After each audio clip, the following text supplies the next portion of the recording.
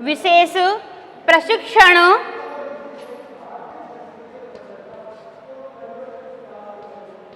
प्रशिक्षण की विशेष प्रशिक्षण प्राप्त अध्यापकों की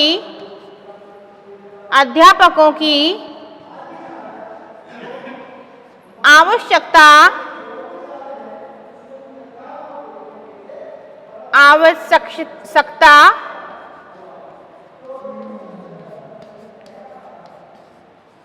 होती है।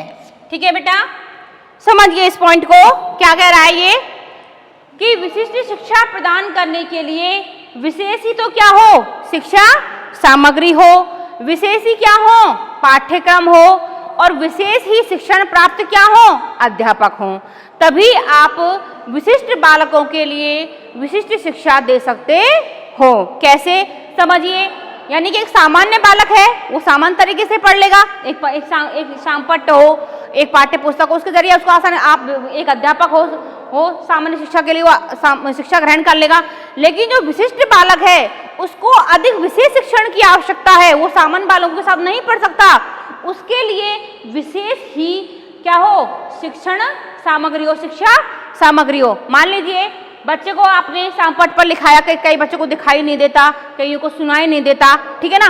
तो आप मान लीजिए कुछ बच्चे ऐसे हैं उनको दूर से वो उस पर दिखाई नहीं देता, तो आप ऐसा कोई तकनीक अपनाएंगे कि अक्षरों को बड़ा करके दिखाया जाए, जिससे उनको आसानी से समझ में दिखाई दे और आसानी से समझ में आ जाए। या फिर आप जो विषय वस्तु पढ़ा रहे हो उसको आपको रिकॉर्ड करके पढ़ाना चाहिए, जिससे बच्चा आवाज तेज करके उसको आसानी से सुन सके। तो कोई ना कोई समाधान आप निकालोगे। आपने आकलन किया कि क्लास में बच्चा, आपने पता लगाया कि कुछ बच्चे हैं उनको सुनाई कम देता है, लेकिन बैठते कहाँ हैं, कक्षा में पीछे बैठते हैं। तो ऐसे बालकों को अध्यापक ध्यान से क्या करता है, आगे बिठा, तो कुछ न कुछ समाधान वो निदान करेगा, निदान के बाद उपचार सोचेगा कि इनका क्या उपचार किया जाना चाहिए। तो उसके लिए विशेष ही क्या हो, शिक्षा सामग्री हो, विशेष ही पाठ्यक्रम हो।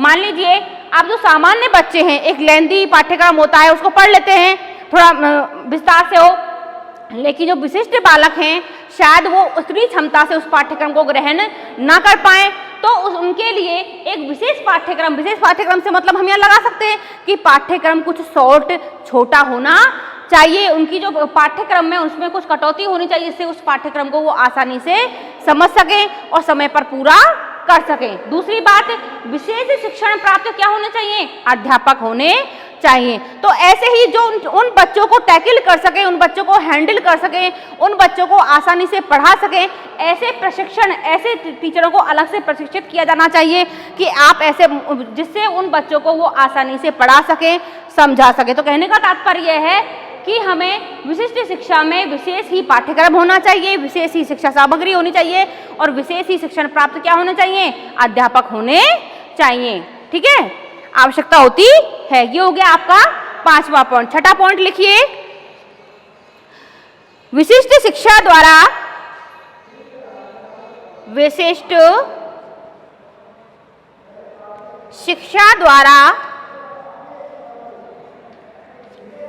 शिक्षा द्वारा पिछड़े बच्चों को या बालकों को, पिछड़े बालकों को उनके स्तर, पिछड़े बालकों को उनके स्तर के अनुसार, उनके स्तर के अनुसार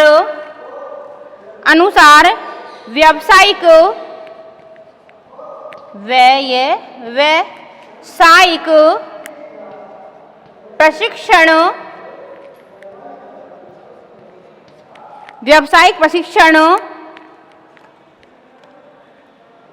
देकर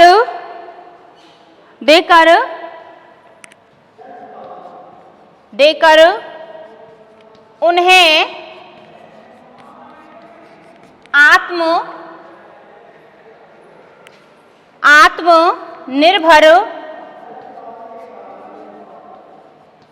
बनाया जा सकता है।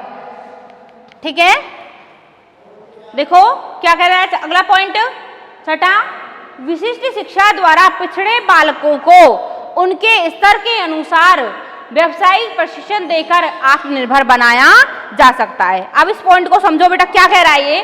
भाई सीधी सी बात है, जो पिछड़े बालक हैं, जरूरी नहीं है कि हर बच्चा आप उसको विशिष्ट शिक्षा दोगे तब भी जरूरी नहीं है कि उसका इंटरेस्ट पढ़ाई में हो, उसकी रुचि पढ़ाई में हो। तो ये आकलन आपको करना है, ये निदान आपको करना है कि बच्चा जब पढ़ाई में एवरेज है और उसका ध्यान कहीं और है, वो और प्रशिक्षण लेकर, अन्य प्रशिक्षण लेकर आत्मनिर्भर बन सकता है, तो हमें उस विशिष्ट एजुकेशन के द्वारा वो प्रशिक्षण देकर उसे आत्मनिर्भर बनाना चाहिए। ठीक है, जैसे फॉर एग्जाम्पल मान लीजिए बच्चा पढ़ाई में एवरेज है, आप बार बार उसे पढ़ा रहे हो लेकिन वो इतना पढ़ रहा है कि वो लेन देन को समझ सकता है, किसी भी नाप तोल को वो समझ सकता है, इतना पढ़ सकता है, लेकिन आपने आकलन किया, आपने उसका निदान किया, पहचान की कि वो बच्चा या उसमें भाई उसमें क्या है, लड़का भी शामिल हो सकते हैं, लड़की भी हो सकती है। हम यहाँ पे सभी बच्चों को ले रहे हैं, लड़का लड़की का कोई अंतर नहीं है, ठीक है ना।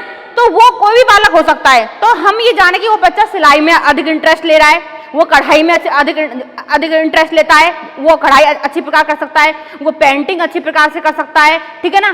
तो इस प्रकार के बच्चे को उसी प्रकार का प्रशिक्षण देकर आत्मनिर्भर बनाना चाहिए। आगे जो हमारा नेक्स्ट पॉइंट है वो लिखिए, वो है हमारा, यह शिक्षा बालकों की, यह शिक्षा बालकों की क्षमताओं, यह शिक्षा बालकों की क्षमताओं, रुचियों, इसको मैं साफ करती हूँ, फिर उसके बाद लिखवाती हूँ।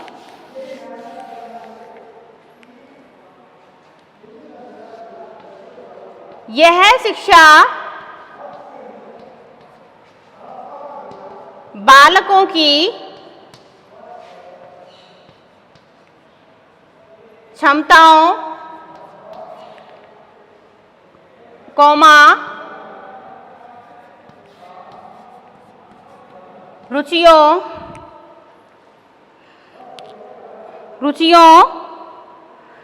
को ध्यान में रखकर क्षमताओं एवं रुचियों व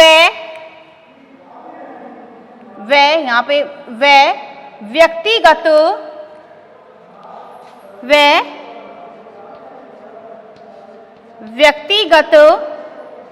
विभिन्नताओं को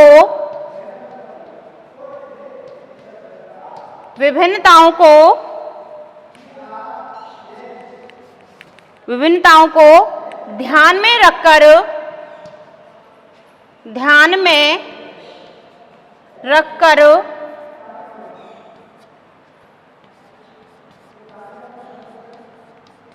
दी जाती है। ठीक है, यानी कि जो हमारी विशिष्ट शिक्षा है वो बालकों की रुचियों, उनकी क्षमताओं और उनकी व्यक्तिगत विभिन्नताओं को ध्यान में रखकर दी जाती है। नेचुरल सी बात है, बार बार हम पढ़ चुके हैं, जान चुके हैं कि विशिष्ट बालक कब आएगा, जब उनमें व्यक्तिगत विभिन्नताएं आएंगी, उनमें अंतर होगा। वो जैसे कोई दृष्टिबाधित है, कोई मूक बधिर है, ठीक है ना।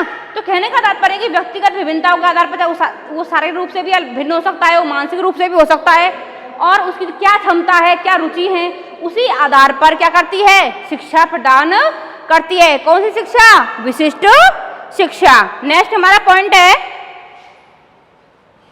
लिखिए, विशिष्ट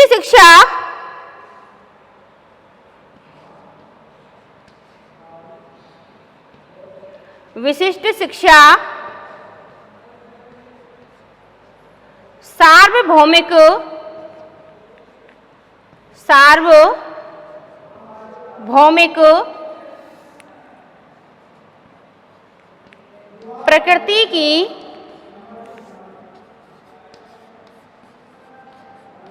शिक्षा है। सार्वभौमिक प्रकृति की शिक्षा है।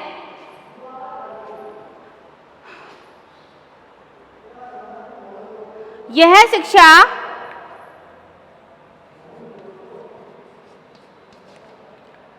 शिक्षा सभी प्रकार के सभी प्रकार के विशिष्ट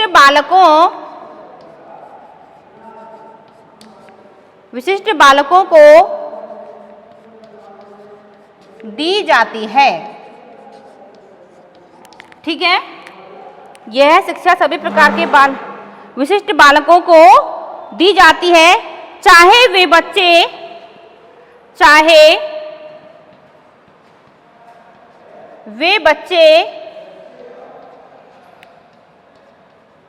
जाति, धर्म,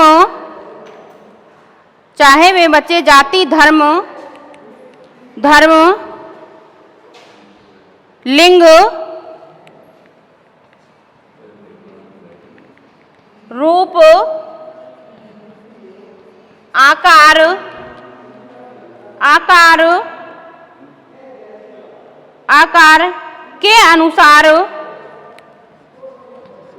के अनुसार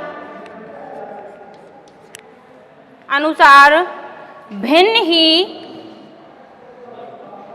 ही क्यों न हो। ठीक है, सीधी सट्ट बात है, ठीक है ना। यानी कि यह शिक्षा बालकों की, यह पहला वाला पॉइंट था,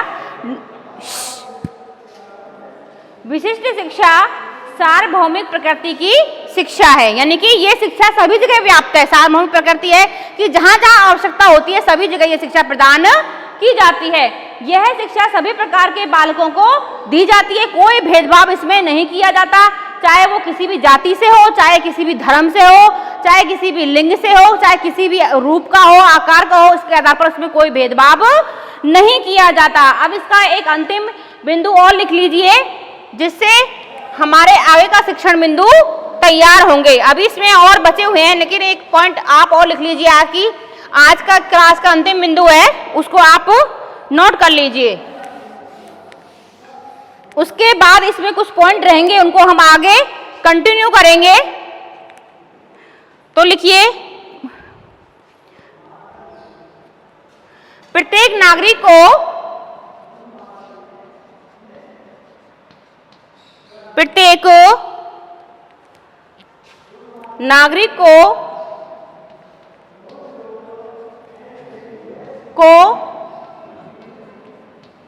सामान्य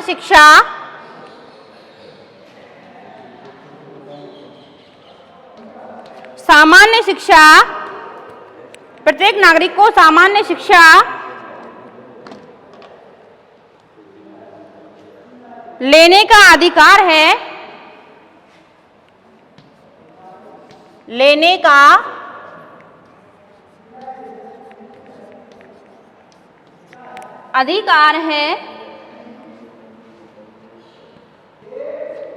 अधिकार है। अतः विशिष्ट बालकों को, कहने यहाँ पे ये होता है, जैसे प्रत्येक बालक को यानी प्रत्येक नागरिक को जिस प्रकार सामान्य शिक्षा लेने का अधिकार है, उसी प्रकार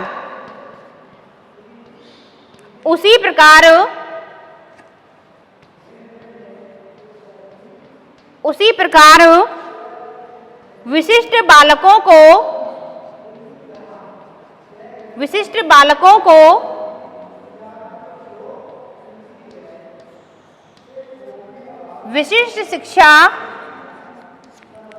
विशिष्ट शिक्षा लेने का अधिकार होना चाहिए। यानी ठीक है ना, क्या कह रहा है बेटा ये वाला पॉइंट, यानी कि जिस प्रकार सामान्य बालकों को सामान्य शिक्षा लेने का अधिकार है, उसी प्रकार विशिष्ट बालकों को विशिष्ट शिक्षा लेने का अधिकार होना चाहिए, उनमें कोई भेदभाव नहीं किया जाना चाहिए। यहाँ से आगे जो पॉइंट है उनका हम आगे नेक्स्ट क्लास में कंटिन्यू करेंगे, इसलिए आप ध्यान से पढ़ते रहिए।